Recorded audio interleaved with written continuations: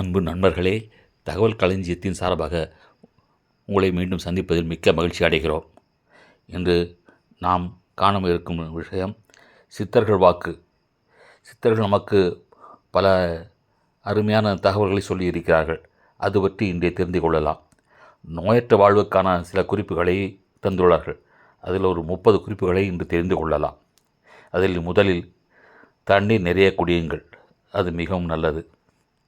இரண்டாவது, காலை உணவு ஒரு அரசன் அல்லது அரசி போலவும், மதிய உணவு இளவரசன் இளவரசி போலவும், இரவு உணவை யாசகம் செய்பவனைப் போலவும் உண்ண வேண்டும்.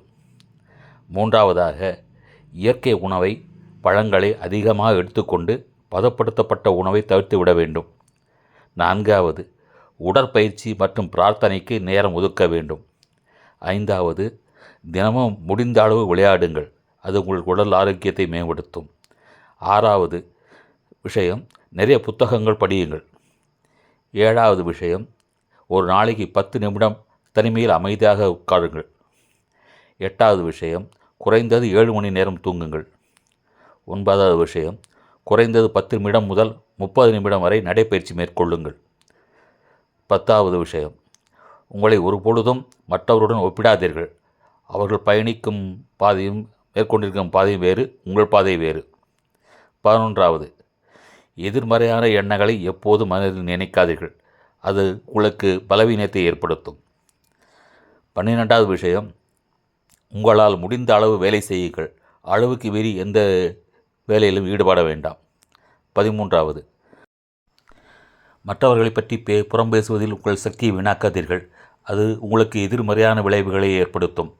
14வது, நீங்கள் விழித்திருக்கும் பொழுது எதிர்காலத்தை பற்றி நிறைய கனவு காணுங்கள். 15வது, அடுத்தவரை பார்த்து பொறாமை கொள்வது நேர விரயமாகும், உங்களுக்கு தேவையானது உங்களிடம் மட்டும் உள்ளது. 16வது, கடந்த காலத்தை மறக்க முயற்சி செய்யுங்கள், கடந்த காலம் உங்கள் நிகழ்காலத்தை சிதைத்துவிடும்.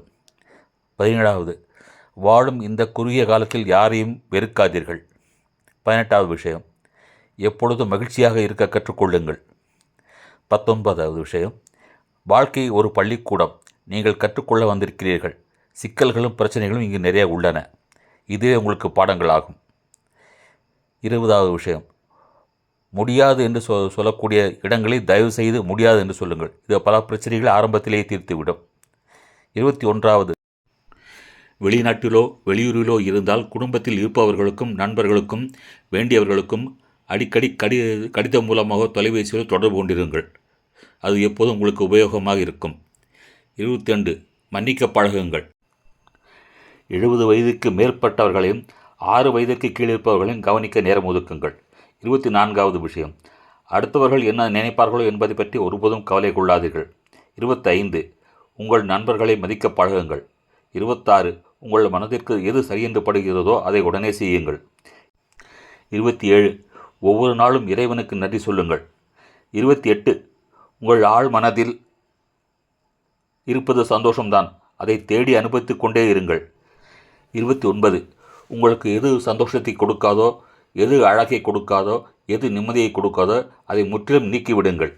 30, எந்த சூழ்நிலையும் ஒரு நாள் கண்டிப்பாக மாறும். எனவே சித்தர்கள் சொன்ன இந்த அனைத்து விஷயங்களையும் மனதிற்கொண்டு செயலாற்றி வாழ்வில் வளங்களையும் மனநலமையும் பெற்று இனிதாய் வாழ்ந்திட இறைவனை வேண்டுவோம். ஓம் நமச்சிவாய, ஓம் நமச்சிவாய, ஓம் நமச்சிவாய. இந்த சேனல் உங்களுக்கு பிடித்திருந்தால் லைக் பண்ணுங்கள், கமெண்ட் பண்ணுங்கள், ஷேர் பண்ணுங்கள், உங்கள் நண்பர்கள் உறவினர்கள் அனைவருக்கும் சொல்லுங்கள். நன்றி, வணக்கம்.